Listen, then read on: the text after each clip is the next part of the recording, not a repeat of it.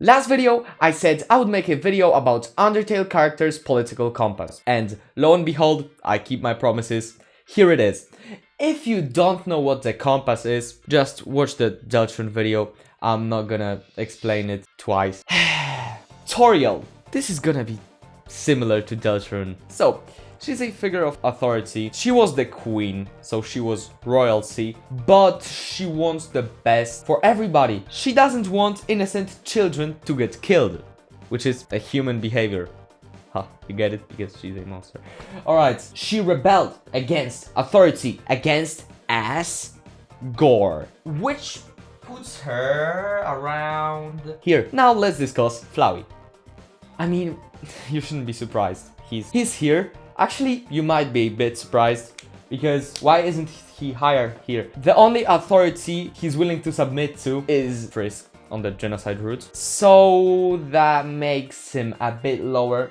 I mean, in the middle of the authority axis. But when he gets authority over the save files, everything, he abuses it a lot. Actually, I think he's gonna go a bit higher. Alright, while we are here, I think we should discuss Frisk, because we can discuss Frisk on the genocide route and the pacifist route. We can't discuss neutral route because, I mean, there are many neutral routes. You can be at love 17 or like love 3, which can put Frisk, I mean, everywhere on this compass.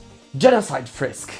Genocide Frisk is very similar to Flowey. The only authority to which they submit to is Kara, so they are able to submit to somebody. Frisk, pacifist route. It's the complete opposite of genocide route, because they are like here. They basically ignore every authority. Toriel tells them to stay in the ruins. They ignore that. Then they ignore basically everybody else, even Asgore, and then they go against a god of hyperdeath. So yeah, they're here. The same could be said about Frisk genocide, honestly, that they ignore every authority. But this time, this is different, okay? This is different in a way. They can submit to Kara, and they don't. This makes sense, okay? Sense. Alright. Sans Undertale. He doesn't care for the most part. He ignores authority for the most part, and he lets you do what you want to do for the most part. But he has his borders. But it's hard to cross his border because you literally have to kill everybody. And he seems like he really cares for his friends, and he believes in you that you can become a better being. Even on the genocide route, he spares you. He spares you by killing you, but that allows you to reset. Papyrus. I feel like Papyrus is kind of the opposite of Sans. Whoa. Crazy discovery, I know. But Papyrus is way more willing to submit to authority. Undyne. He wants to be a part of the royal guard, which, being a knight, being a servant of the king, makes you submit to the king's authority, and he also cares about everybody in his life. At the beginning, it seems like he cares about himself the most. It may seem. But he really cares about others, which puts him here. Undyne. She's gay. No, just kidding. Just kidding. Undyne. Am I gonna make the same joke twice? She's willing to submit to Alphys authority, and she also wants the best for the monsters. Puts her in this quadrant. Here, she's willing to sacrifice herself for a random child that annoys her. She's even willing to fight the enemy that's literally impossible to beat for the best of monster kind. Alphys! The only problems that you have in Hotland are because of her, and she made Mettaton do what he did up until the fight with him, with Mettaton X, and she's kinda willing to submit to an authority. I mean, I think Asgore wouldn't have wanted her to do what she's done with the Hotland's reactivation of the puzzles thingy, but she's also the royal scientist, so Yeah, she's not that egoistic. She also saves the monsters on the genocide route, so... Mettaton! He did what Alphys told him to do, up until the fight with him. Which means that he probably obeyed Alphys just to trick her in the end with the fight, I'd say. And he wants Frisk's soul for his own. He's kind of egotistical. And he is kind of willing to submit to an authority because he obeyed Alphys, but not for long. And now, the king, Asgore Dreemurr. He wants the best for his kind. He really wants the best for them.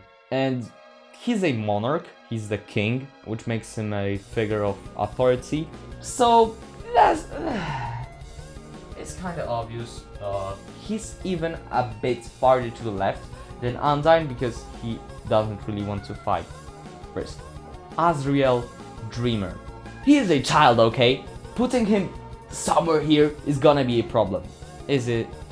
Is it gonna be a problem? I mean, he has a change of heart.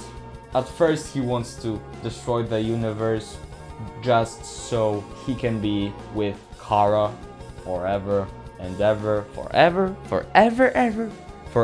But then his heart changes and he's good and he doesn't want that to happen. And I don't know where he should land on the freedom/authority axis. He's a part of the royal family. So, here, alright. And now let's discuss Kara. Asriel admits that they were egotistical and they were not the greatest friends, but they were also a child. We're not talking about soulless Kara here. We're talking about Kara as they were alive. And that's it for the most important characters of the game. Now let's talk about some less important characters, but still important. Napstablook is a chill guy. He appreciates art. He likes listening to music. Appreciating art is something nowadays kind of the left. Napstablook wouldn't like you to listen to AI music, would he? So stop listening to AI music, alright? By the way, I made this video for satirical purposes only. Don't take anything in this whole video for real, because it's not meant to be for real. Alright, Napstablook is really hard. Wait, what? He shows a bit of altruism and sympathy.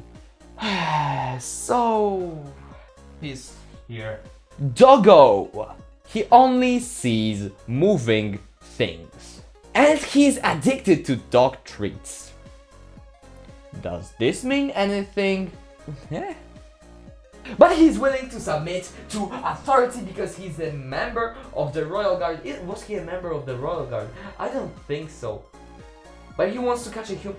I don't remember if the dogs were a part of the Royal Guard.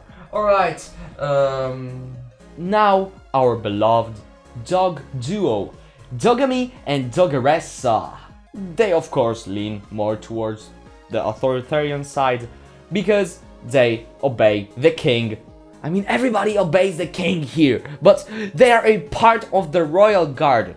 Correct me if I'm wrong. They are very in love with each other. It's kinda beautiful. But when Dogami dies, Doggeressa fights harder. While when Doggeressa dies, Dogami ceases to fight. Doggeressa is willing to push harder in case this being that killed her husband kills more monsters, while Dogami ceases to fight. Here! No. Wait for it. Greater Dog. I think he has the least personality of the dogs, but he's willing to submit to authority, so... yeah. Here? Temmie!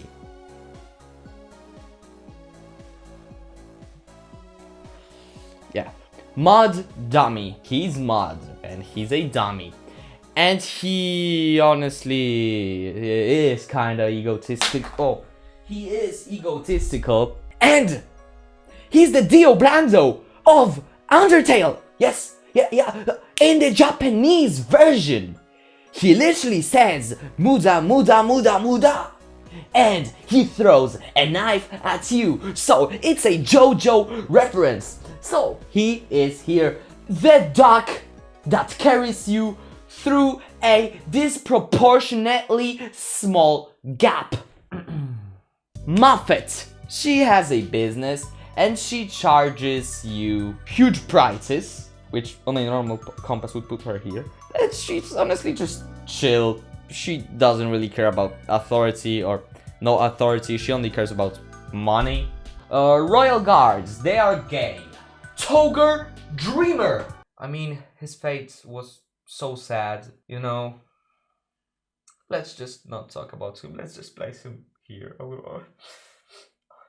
Alright, thank you. Do you see this? Toger, the Riverman. I mean, he gets you from one point to another without charging you any money. And he seems like a chill dude that isn't anarchistic or authoritarian. So, Alexander Hamilton. He wrote 51 essays during the span of 6 months, I think. But he had a duel with Ironbird, so